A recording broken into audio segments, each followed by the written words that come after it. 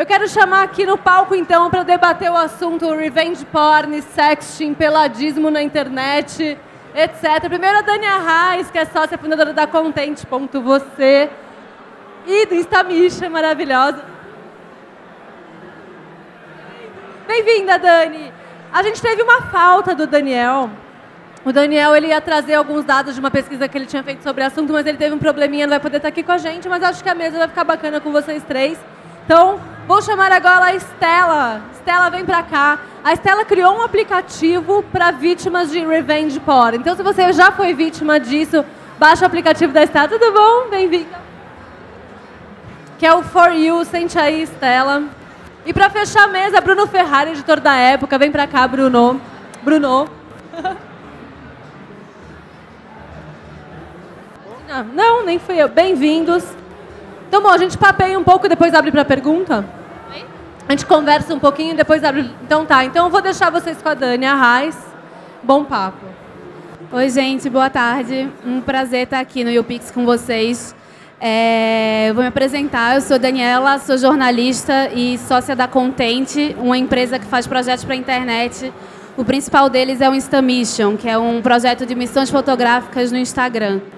Aqui do meu lado está o Bruno Ferrari, que é jornalista, atualmente está na revista Época, especializado em tecnologia e acabou de voltar de Londres para fazer, onde ele fez um curso de proteção. E também estamos aqui com a Estela Machado, que é uma das criadoras do aplicativo For You, contra o revenge porn. Eu queria um pouco que a Estela contasse como foi que surgiu a ideia para criar esse aplicativo. Desde quando você se juntou, com quem você se juntou e de onde veio essa vontade? Tá falando? Surgiu numa discussão com as minhas amigas e com a minha mentora. E a gente estava muito indignada com a situação que a gente estava vivendo, de muitas notas e o microfone embaixo. Quer usar o meu? Estavam sendo vítimas de revenge porn, viralização de conteúdo íntimo. E aí a gente resolveu montar um aplicativo para isso. E você lembra a primeira vez que você ouviu uma história de revenge porn? Lembro. Como foi? Foi uma amiga minha, né, da escola, que ela tinha mandado foto para o namorado, quando eles namoravam ainda. E aí eles terminaram e ele espalhou a foto para todo mundo. A menina ficou traumatizada, ela tentou se matar, teve que fazer acompanhamento com o psicólogo, foi horrível. E eu li que nem você, nem suas amigas que criaram o aplicativo, nenhuma de vocês foi vítima desse tipo de vingança na internet. Por que vocês decidiram criar, assim? E como é que vocês já sabiam como criar um aplicativo? Como é que foi o caminho para colocar ele no ar?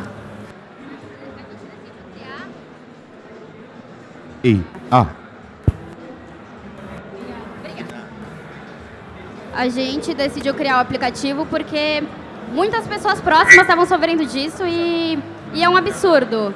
Então a gente quis combater isso de qualquer jeito.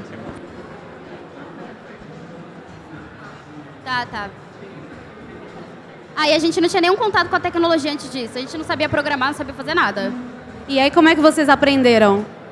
Foi por um programa, a gente estava numa competição, e aí a gente fez por um programa, um protótipo só, que tinha uns vídeos de tutorial, foi assim. E vocês colocaram ele no ar quando? E como é que tá a repercussão? Ainda não está no ar, a gente vai pro Catarse ainda para arrecadar dinheiro para colocar no ar, mas até então tá tendo muita repercussão. Mesmo o aplicativo não estando no ar, assim, uma semana depois que a gente acabou, tava todo mundo falando. Várias pessoas procurando a gente para fazer entrevista, vários haters. Foi uma procura muito grande. E vocês criaram uma página no Facebook e eu vi que vocês começaram a receber depoimentos de pessoas que já foram vítimas dessa vingança. Qual foi o depoimento que mais chamou a sua atenção? Foi de uma menina que ela também mandou foto pro namorado. E aí ela não sabia que as fotos dela estavam no ar. Ela foi descobrir depois. E assim, ela estava fazendo faculdade de medicina, uma faculdade federal de medicina. Ela largou a faculdade, ela largou a vida dela. Agora, eu ainda tenho contato com ela. Ela vive num perfil fake, com um nome completamente aleatório, sem foto, porque ela tinha muita mensagem de ódio. E foi muito difícil. Ela também faz acompanhamento psicológico e foi bem foda. Bruno, você cobre tecnologia há muitos anos, né? Eu tenho a impressão que essa coisa do revenge porn é muito mais forte hoje do que era 5 anos atrás. Como é que você vê essa disseminação dessa prática condenável? Nesse tempo que você já cobriu tecnologia, quais os casos mais emblemáticos que você lembra? Eu acho que cresceu, aumentou o número de casos. Aumentou o número de casos até pelo aumento do número de pessoas que estão usando smartphones, que têm acesso a novas tecnologias. Desde que eu vivo na carreira de jornalista, que a gente tem casos de revenge porn. Eu me lembro, assim, tem muita coisa muito pesada daí envolvendo pedofilia e adolescentes que a gente, quando trata na revista Época, tem que ter um grande cuidado, porque você envolve criança, envolve família, mas assim, casos que ficaram famosos, que dá para citar recentes, teve o caso da filha da Shizuke Yamazaki, que estudava na SPN, aqui em São Paulo, transou com o namorado, filmou, deixou num pendrive na gaveta no quarto do namorado, foi um companheiro de república, subiu no Xvideos, um desses sites de pornografia, e assim, até hoje você consegue encontrar esse vídeo, né, tem aquela... não deixa de ser uma piada, mas quando você coloca esse tipo de coisa na internet, é tipo tirar xixi de piscina, né? Você não consegue, é impossível. Por mais que, primeiro, a gente não tem leis, então assim, esses casos, quando ocorrem, eles costumam ter um estrago muito grande, a pessoa carrega aquilo por muito tempo. E tem aumentado sim, à medida que uma nova geração está chegando, que lida com uma noção de privacidade de forma diferente que a nossa geração, por exemplo, lida. Quando você entrevista os adolescentes, os pré-adolescentes, o desprendimento que eles têm ao que colocar, ao que expor da vida deles na internet é muito maior do que o nosso. Então, assim, consequentemente, eles também vão colocar mais fotos e que eventualmente tenham cenas que possam vazar. E dependendo de entrar no mérito se a mulher tem o direito ou não de fazer isso, se o homem tem ou não o direito de fazer isso, acho que o mais importante é que a pessoa tenha consciência de que tipo de tecnologias que ela precisa usar para se proteger. E conta um pouco de como foi esse seu curso em Londres de segurança, porque eu acho que esse papo é super importante, porque a gente não tem noção de que o celular ou o computador são tecnologias que a gente usa o tempo inteiro e que são maravilhosas, mas que são muito frágeis ainda em relação à segurança. Eu queria que você contextualizasse um pouco para a gente. Eu fiz um curso, depois desses eventos da NSA, o jornalista ficou muito alvo de agências de governo, porque a gente troca muita informação sigilosa com fontes, informantes, como no caso do Snowden. Então, basicamente, era um curso que era como você se blindar de ter as suas informações acessadas. E um dos módulos desse curso também mostrava como era muito fácil hoje, mas muito fácil mesmo, você conseguir roubar fotos ou até tirar fotos íntimas de pessoas. Então, por exemplo, muita gente aqui deve ter o Android. Você tem muitos tipos de ataque fáceis de serem comprados na internet, que você assume a câmera do celular da pessoa. Então não é mais, eu vou confiar no meu namorado ou na minha namorada e vou mandar a foto e tudo bem. Não, quando você está tirando a foto, você tem que ter consciência de que alguém pode ter assumido o controle da sua câmera e tá mandando para alguma outra fonte que não aquela que você confia. E eu fiquei assustado nesse curso, eles fizeram simulações e mostraram como nós não estamos protegidos. Como é tudo muito novo, a tecnologia é muito nova, mesmo os softwares antivírus, eles não conseguem efetivamente bloquear isso. Então, assim, a dica para quem quiser tirar fotos e tal, é que tenha consciência de que o seu celular não está sendo rastreado, procure usar sistemas de segurança, ou então prefira modos offline para trocar. De repente, uma Polaroid, uma coisa que você consiga passar, porque eu acho assim, para não julgar, né? Tem gente que acha que mulher que tira foto pelada é burra, porque não tem... Isso é uma besteira. Essa coisa do você incentivar sexualmente seu parceiro dando uma foto é mais velha que andar para frente e não vai parar. A única coisa que você tem que fazer é ter consciência de que você tem que se proteger. E de repente um aparelho como o Android, o iPhone menos, mas o Android hoje, infelizmente, é muito fácil de ser invadido.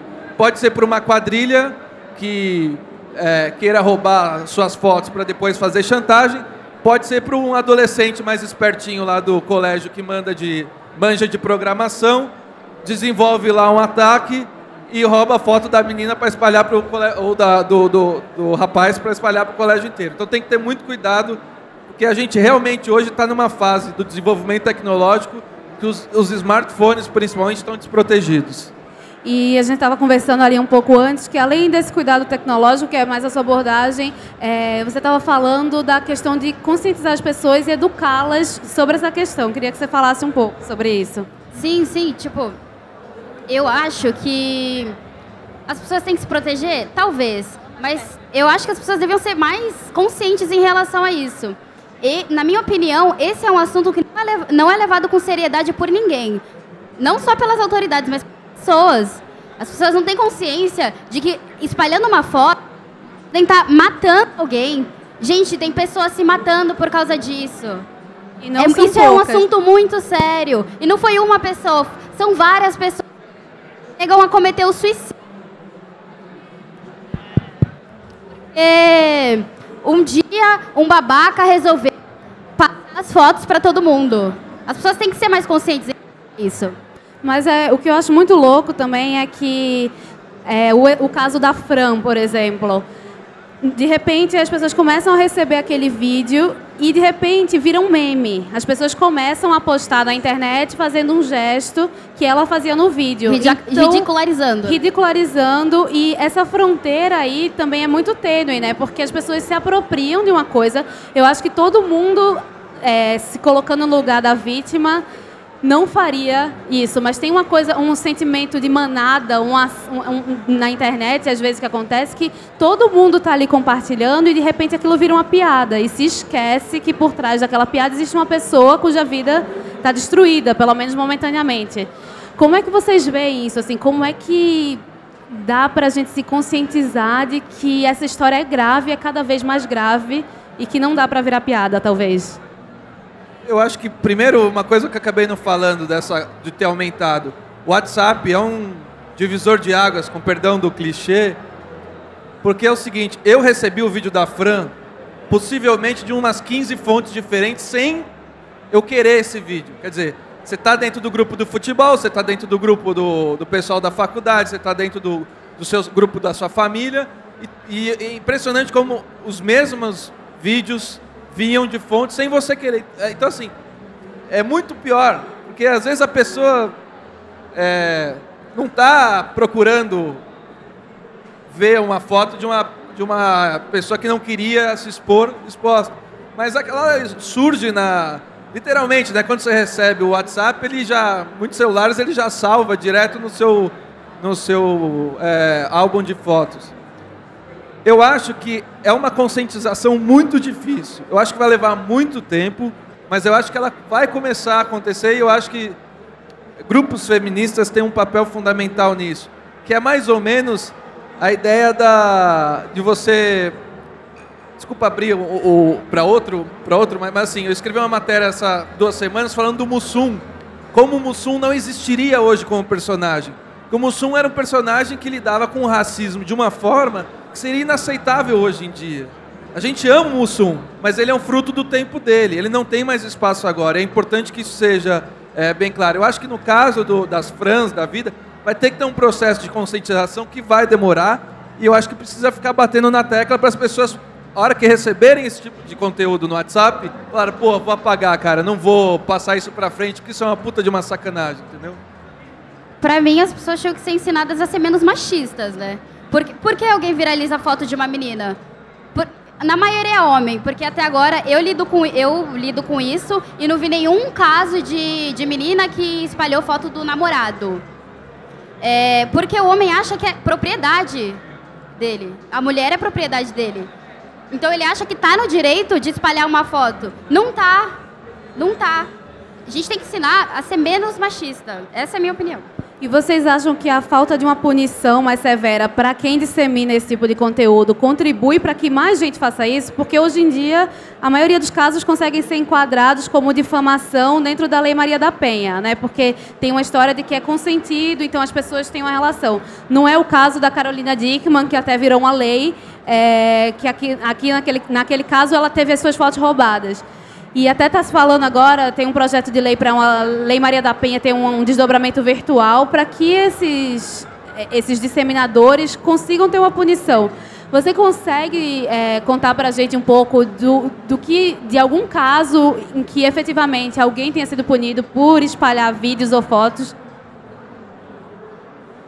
Então, eu não me lembro de um caso... teve até um caso recente que foi o contrário. A pessoa tinha sido punida. Saiu acho que semana passada. A mulher o ex tinha colocado fotos dela e vídeos na internet, deles transando, alguma coisa assim. Ele tinha sido condenado a pagar uma multa de R$100 mil para ela. Que assim, não paga, mas assim, pelo menos é uma punição. Só que um desembargador, na semana passada, alterou a sentença, diminuiu para R$5 mil, dizendo que a mulher, no momento em que ela topa tirar uma foto, ela está tendo um comportamento promíscuo que pode gerar esse tipo de comportamento. Então, assim, se um desembargador, que são pessoas que julgam, tem esse tipo de comportamento, é muito difícil. Como é que o cara lê aquilo na internet, chega uma foto para ele, ele vai pensar duas vezes antes de passar para frente, e fala assim, é vagabunda mesmo, não tinha que ter tirado isso, eu vou passar porque... Então, assim, tem que ter lei, depois das leis, a gente tem que ter as punições, tem que ter uma revisão no judiciário brasileiro também, tem que ser uma coisa... Só que, mais uma vez, infelizmente, isso daí é gap geracional. Esses desembargadores das antigas que estão lá, não todos, mas eles têm uma cabeça machista do século passado, literalmente. Então, assim, vai ter que vir uma nova safra de pessoas em toda a cadeia, seja do governo, seja do judiciário, para conseguir criar punições para isso. Porque a sensação de impunidade para quem faz isso é sensacional. Assim, é que você falou, eu não conheço. E quem eu conheço os casos, normalmente resolve com um jeitinho, faz um acordo. Entendeu? Daí outro dia eu ouvi falar, mas a pessoa pode mudar o nome. Gente... Beleza mudar o seu nome e abandonar a sua vida até então para recomeçar? Não tá legal isso. Então, assim, eu acho que a gente não vê punição porque realmente não tem leis rígidas, principalmente em relação ao compartilhamento. A gente vê tanta mensagem que vaza para... Polícia Federal vive mandando para a gente lá mensagens trocadas entre políticos para denunciar casos de corrupção. Quer dizer, tecnologia para investigar tem. Mensagens trocadas no WhatsApp.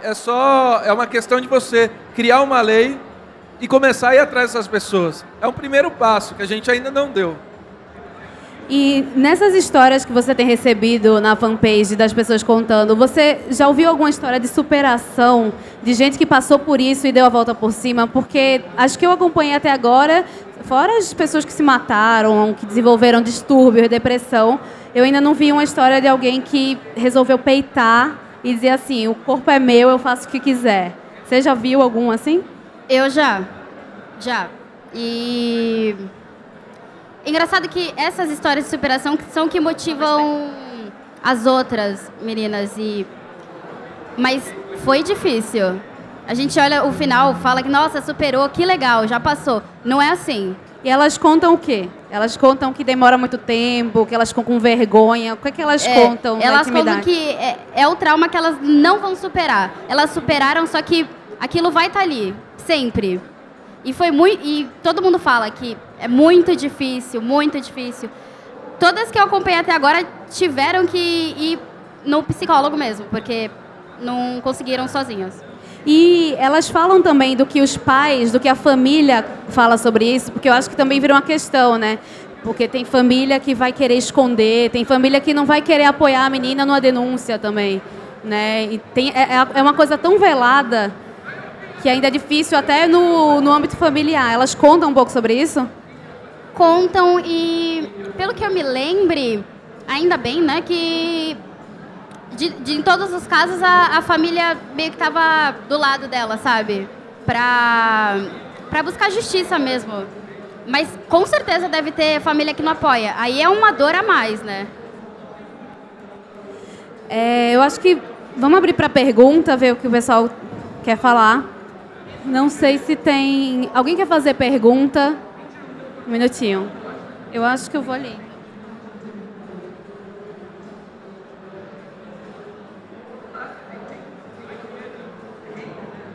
Alô, alô, pronto. Quem era, desculpa, você?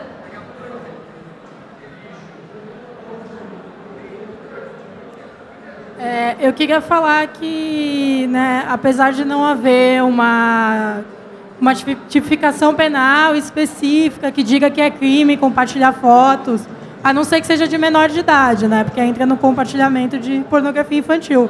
É o que você falou, a difamação é um crime contra a honra, né?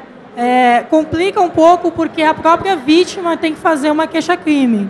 Não basta, às vezes as pessoas são bem intencionadas e querem denunciar aquilo por si próprias, para a polícia e tal, mas como ele é um crime condicionado à representação, a própria vítima ela pode denunciar por difamação. E eu sempre aconselho qualquer mulher que esteja lidando com uma situação assim de violência de gênero, vai na promotoria de justiça ou vai na defensoria pública, se houver no seu município, e você recebe até 3 salários mínimos. Porque muita mulher não vai na delegacia porque é super maltratada, né? E você pode ir na promotoria ou fazer uma denúncia digitada e comparecer na promotoria de justiça, protocolar. E normalmente eu trabalho no Ministério Público e eu sei que normalmente existe um cuidado muito maior com as pessoas que vão buscar orientação. É muito menos tenso do que é numa delegacia. Sempre tem uma ação civil, né? Sempre tem essa possibilidade de pedir indenização por danos morais e pelo uso indevido da imagem. Só que é como o Bruno falou, né? É muito comum você ter juízes e magistrados que acham que aquilo é a coisa mais normal do mundo, a culpa é da vítima mesmo. Então, eu acho que os homens que compartilham essas coisas para expor, eles contam muito com isso. Eles sabem que a mulher não vai querer se expor uma segunda vez e que ela provavelmente vai querer sumir da vida dele, ficar o mais invisível possível e não chamar atenção para aquilo, porque ele acaba tendo uma arma contra ela para o resto da vida. E eu queria falar assim, se vocês receberem essas coisas, principalmente vocês que são homens, vocês têm que ter em mente o seguinte: o cara que está compartilhando isso, ele tem a intenção de traumatizar, de levar a menina ao suicídio, de fazer ela perder emprego, sair da faculdade. Ele quer destruir a vida dela. Ele está contando com vocês para ajudar a destruir a vida dela. Não ajudem um outro homem a destruir a vida de uma mulher que vocês nem conhecem, cara. Porque vocês acham muito engraçado, muito divertido compartilhar uma foto de uma mulher pelada. Sabe? Eu acho tem que... mulheres que são agredidas fisicamente por conta disso. Uma menina, lá em Santos, onde eu moro, ela tirou uma foto de calcinha. E o pessoal da escola dela começou a divulgar e marcaram de ir bater nela. Porque acharam que ela merecia apanhar, porque ela tirou uma foto de calcinha. O que é uma coisa muito louca, né? Que eu acho que, de repente, precisa todo mundo de um divã mesmo. Porque na hora de receber é legal, na hora de fazer é legal, na hora de filmar, na hora de receber é divertido. E depois você quer bater em alguém, tipo... a gente perdeu um pouco o sentido, né? E como eu acho que tem muito isso na internet, de repente uma pessoa fala mal, aí todas começam a falar mal. Tem que vir alguém e falar, feito você falou, sabe? Que tem que parar e pensar. Eu, inclusive, acho que a gente está falando da mesma pessoa. A mesma pessoa. Não, e tem uma coisa que eu acho que é importante, que é o seguinte. É muito bom isso que você falou agora, essa chamada que você deu, principalmente nos homens. Não estou diminuindo a culpa de quem compartilha, não é isso. É que a grande maioria ainda não tem a menor consciência de que está fazendo uma coisa errada. Entendeu? O cara não parou, ele simplesmente não parou para pensar. Quando ele encaminha aquilo para o outro grupo dele, que não do futebol, mas o grupo do churrasco, o estrago que ele está fazendo. E por experiência própria, a grande maioria, pelo menos dos meus amigos, que você chega e fala assim, cara, olha isso, o cara dá um estalo. Se ele for bicho ruim, ele pode até continuar compartilhando, mas porque daí ele é ruim. Mas muita gente para, porque, pô, eu nunca tinha pensado nisso. Fruto de uma sociedade machista, obviamente. O cara, ele cresceu para não pensar nisso. Então, agora é a hora de você fazer com que esses caras que não têm essa informação saibam disso. Mais uma pergunta? Alô? Oi. O Bruno, tudo bem? Eu ouvi legal, você disse um monte de coisa interessante. O pessoal está fazendo uma... Só que eu tenho uma dúvida. Você disse que nós, por exemplo, o WhatsApp hoje, vários grupos, a gente recebe muitas fotos, muita informação. O que me preocupa, na verdade, é aquela questão com relação às que querem se promover. Porque nós estamos falando da menina do colégio, que é amiga, mas a gente recebe hoje 500 fotos de garotas se promovendo. E elas estão lá, nuas, e a gente não consegue mais hoje diferenciar quem está se promovendo ou quem caiu de gaiato. Então eu queria que você falasse um pouco disso, que a minha dúvida é essa, quer dizer, a legislação e tudo mais. Então, quer dizer, uma menina que quer se aparecer, está se promovendo. E aí? Qual o seu nome? João. Está com microfonia aqui, tá? João. João, é o seguinte, eu entendo o que você está falando, mas eu acho que é o seguinte, se você não sabe se a pessoa quer se promover ou não, não compartilha. Você não tem condição de analisar, você não tem condição de saber se ela é uma prostituta, e se ela é uma prostituta é o meio de trabalho dela. Ela vai compartilhar porque é a forma dela ganhar dinheiro. Se você não sabe se a pessoa quer se promover, ou se é uma questão, é uma foto sem querer, não compartilha, na dúvida não compartilha. Porque assim, até você não tem como descobrir, entendeu? Então assim, infelizmente não tem como a gente saber. E eu acho muito ruim querer julgar. Assim, porque quando a pessoa tira foto, de repente ela quer se promover pro namorado, entendeu? Só que daí dessa se promover pro namorado, o cara joga numa rede e acaba promovendo para pessoas que ela não queria. Então é muito complicado esse conceito de querer se promover ou não. Na dúvida, não compartilha. Eu queria fazer uma pergunta, quer dizer, queria saber o seu nome. Qual é o seu nome? Qual é o seu nome? João. Oi, João. É o seguinte, aqui é um tema sobre violência contra a mulher. Por coincidência, nós temos um homem aqui no palco. Por que você não fez essa mesma pergunta para uma mulher? Eu acho que, sabe? E outra coisa, se você tem dúvida sobre quem está se promovendo ou não, saiba que o tema aqui é revenge porn. É aquele cara que divulga aquele vídeo de sacanagem para fazer sacanagem com a mulher. Então, assim, querendo expor, querendo difamar e querendo acabar com a vida de uma pessoa. Se você está num grupo de pornografia ali, que você recebe material via WhatsApp, é o seguinte, eu acho que, sei lá, se você tem muita dúvida, ai, coitado de mim, não sei qual que é pornografia, não sei qual que é revenge porn. Desculpa, você é adulto, você já tem cabelo branco aí, para saber muito bem quando é para difamar uma pessoa ou quando é para poder, sei lá, bater a sua punheta. Alô. E mais uma coisa, só concluir. Por favor, se a menina tirou a foto pelada porque ela quis, o corpo é dela, deixa ela. Bom, eu só não vou me defender. É o seguinte, a colocação que eu fiz Eu concordo plenamente com a discussão, eu sou a favor da discussão. Eu tenho filhas também, eu tenho colegas que sofreram esse tipo de problema. Defendo perfeitamente o que vocês estão falando. Por que eu falei para o Bruno? Porque ele estava falando de legislação. Não é questão da discussão se eu dirigir para o homem, para as mulheres. Na verdade, eu dirigi para a mesa. Só que falei Bruno por quê? Por causa de legislação. Agora, com relação ao que ele falou, eu não passo para frente a informação mesmo, porque eu sei que isso aí é um absurdo.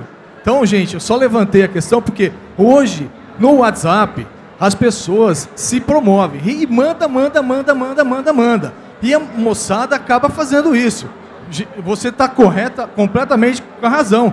E eu defendo que tenha uma legislação específica, inclusive, para que isso seja, não sei se proibido é a palavra correta, mas tem que ser regulamentado, que é um absurdo. E eu volto a dizer, ela falou da menina de Santos, eu tenho uma menina na minha cidade que aconteceu a mesma coisa, de um amigo mesmo no dia a dia. E ela realmente, ela teve que sair da escola, mudaram da cidade. Então, é complicado isso daí.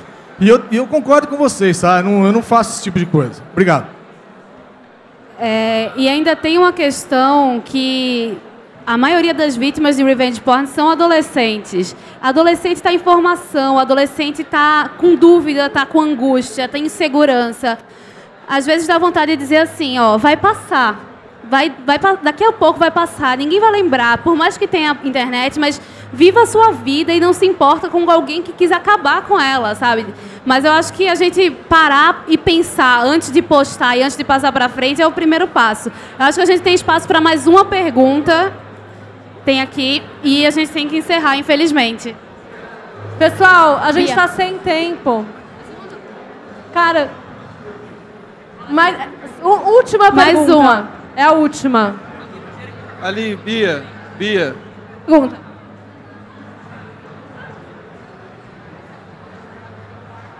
Eu gostaria de dizer o seguinte. Até agora a gente também crucificou os homens. Mas o que a gente tem que analisar também é que ainda as mulheres são muito preconceituosas em relação às questões da própria mulher. Então, se a gente quer igualdade de direitos, se a gente quer ter a liberdade de fazer as coisas, a gente também tem que se colocar de que forma nós, como mulheres, ajudamos a manter essa ideia de que a mulher que se expõe não presta. Eu acho que é isso. A gente precisa ser mais amiga, né?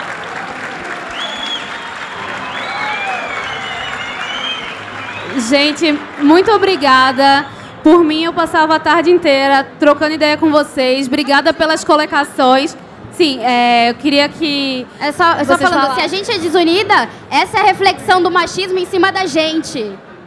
O machismo é tão forte em cima da mulher que acaba afetando ela, nós mesmas. Nós temos sim que ser unidas. Então, palavra final de cada um e a gente encerra. Obrigado. Pessoal, obrigada. Obrigada. Você quer falar, Val? Não, acho que foi... as meninas ficaram irritadas com o João, mas eu acho que foi importantíssimo o que o João falou, porque a gente abordou justamente uma dúvida que um monte de gente parou para pensar agora, entendeu? Um monte de homem, principalmente. Então assim, parabéns pelo debate, que foi muito bacana. E brigar pode ser o primeiro passo para a gente começar a entender o outro, se colocar no lugar do outro e pensar na próxima vez que a gente receber alguma coisa. Pode crer. Pessoal, obrigada. Queria ter mais 1000 horas para falar sobre o assunto, que é um assunto arretado. Palmas para o pessoal da mesa.